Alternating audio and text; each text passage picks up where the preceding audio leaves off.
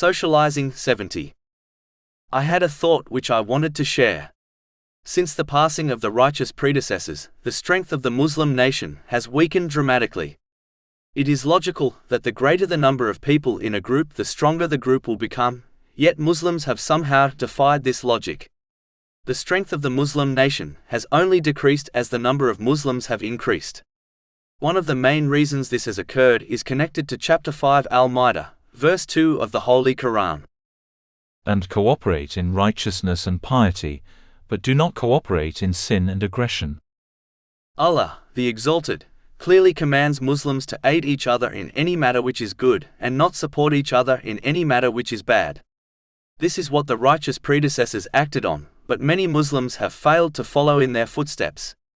Many Muslims now observe who is doing an action, instead of observing what they are doing. If the person is linked to them, for example, a relative, they support them even if the thing is not good.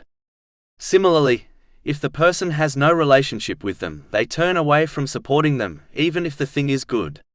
This attitude completely contradicts the traditions of the righteous predecessors. They would support others in good irrespective of who was doing it.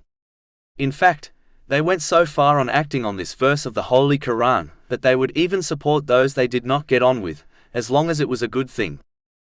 The other thing connected to this is that many Muslims fail to support each other in good, as they believe the person they are supporting will gain more prominence than them. This condition has even affected scholars and Islamic educational institutes. They make lame excuses not to aid others in good, as they do not have a relationship with them, and they fear their own institution will be forgotten, and those they help will gain further respect in society. But this is completely wrong, as one only needs to turn the pages of history to observe the truth.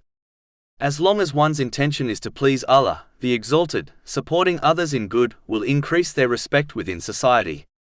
Allah, the Exalted, will cause the hearts of the people to turn to them, even if their support is for another organization, institution, or person. For example, when the Holy Prophet Muhammad, peace and blessings be upon him, departed this world, Umar bin Khattab, may Allah be pleased with him, could have easily challenged for the caliphate and would have found plenty of support in his favor. But he knew the right thing to do was to nominate Abu Bakr Siddiq, may Allah be pleased with him, as the first caliph of Islam. Umar bin Khattab, may Allah be pleased with him, did not worry about being forgotten by society if he supported another person. He instead obeyed the command in the verse mentioned earlier, and supported what was right. This is confirmed in the narrations found in Sahih Bukhari, numbers 3667 and 3668.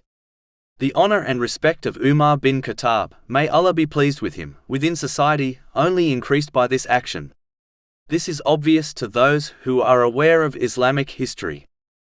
Muslims must reflect on this deeply, change their mentality, and strive to aid others in good irrespective of who is doing it, and not hold back, fearing their support will cause them to be forgotten within society. Those who obey Allah, the Exalted, will never be forgotten in both this world and the next. In fact, their respect and honor will only grow in both worlds.